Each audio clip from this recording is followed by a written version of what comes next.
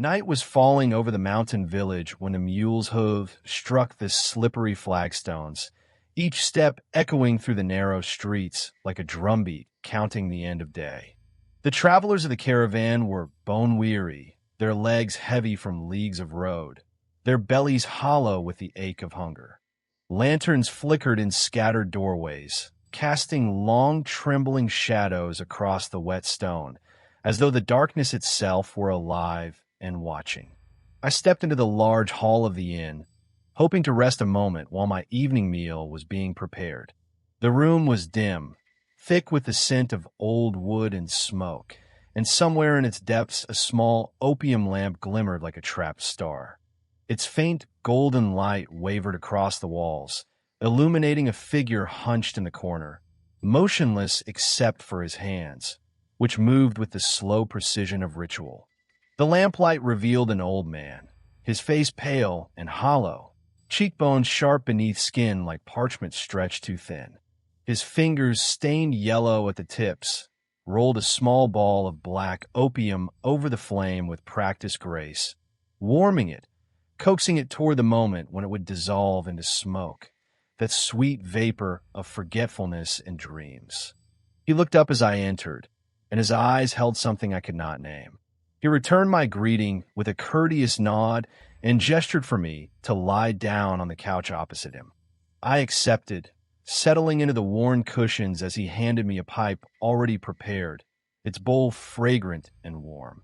We fell into conversation easily, the way strangers do when a night is long and a road has been longer.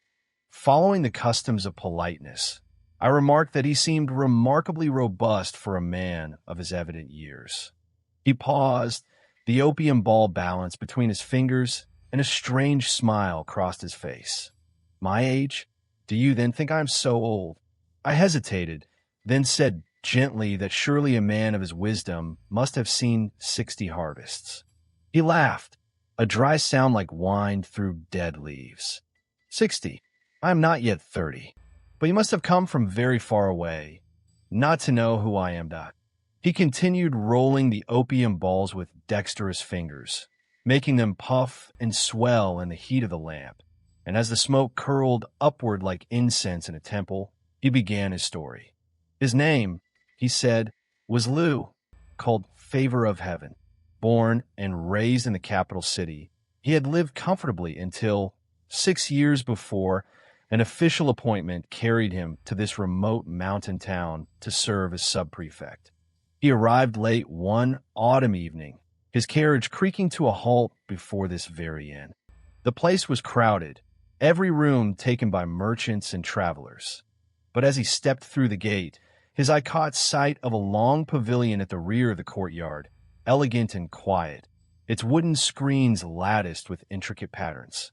It stood apart from the main building, half hidden by overgrown branches, and appeared completely uninhabited. He asked the landlord about the pavilion, and the man's face clouded with unease. He shuffled his feet and looked away before finally admitting that the pavilion had been sealed shut for 2 years. Every traveler who had slept there complained of strange noises in the night. Footsteps where no one walked, whispers in empty rooms, visions that drifted past the screens like smoke. Mischievous spirits, the landlord said, surely dwelled within those walls. Lu laughed at the warning.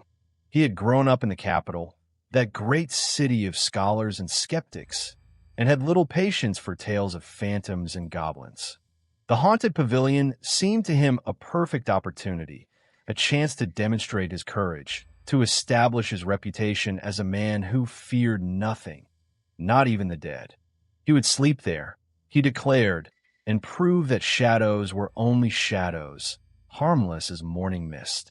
His wife clutched his sleeve, her face pale with worry, and begged him to choose another room.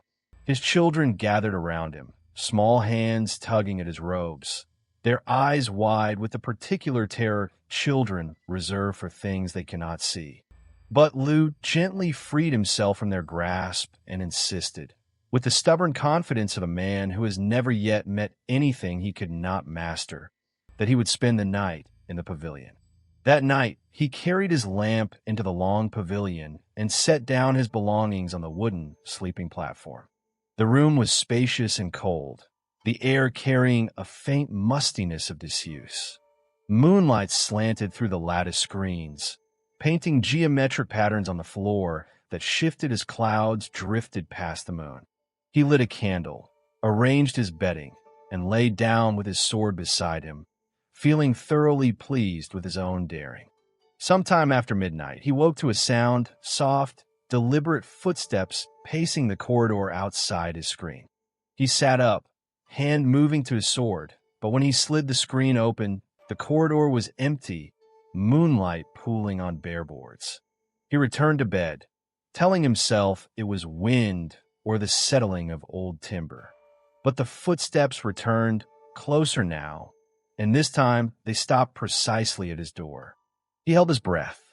The paper screen glowed faintly in the darkness, and against it, a shadow appeared. Not the shadow of a person passing, but something that pressed against the paper as though trying to peer through. It had no clear shape.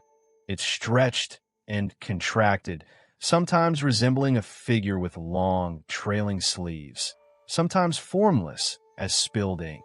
Then, with terrible slowness, the screen slid open by itself, and cold air poured into the room.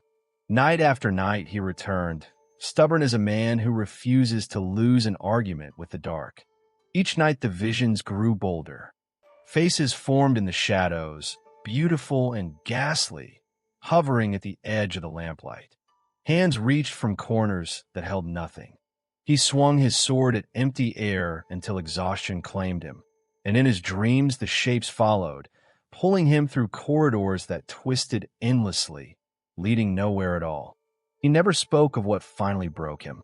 Perhaps there came a night when the shadows became something he could neither fight nor flee. When he emerged from that pavilion for the last time, his hair had turned silver and his face had aged decades in a single month.